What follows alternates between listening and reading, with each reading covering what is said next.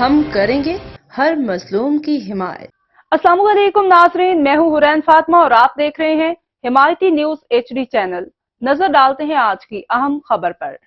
Town committee پیڑیدن کے chairman Rana Baqir علی Rajput, counsellor محمد Shakeel Arain, counsellor Chaudhry Shabbir حسین ارائیں دیگر نے آج پولیو مہم کے تیسرے روز پیڑیدن ریلوے اسٹیشن سمیت شہر بھر میں قائم پولیو کے کیمپوں، ٹرانزٹ پوائنٹس کا دورہ کیا اور بچوں کو پولیو سے بچاؤ کے قطرے بھی پلائے۔ چیئرمین رانا باقر علی راجپوت نے کہا کہ پولیو مہم 3 فروری سے جاری ہے اور 9 فروری تک جاری رہنے والی انسداد پولیو مہم کو کامیاب بنانے میں والدین بھی اہم کردار ادا کر رہے ہیں۔ انہوں نے کہا کہ بچوں کو صحت مند زندگی اور بہتر مستقبل کے لیے پیدائش سے لے کے 5 سال تک کے بچوں کو پولیو سے بچاؤ کے قطرے پلانا لازمی ہے۔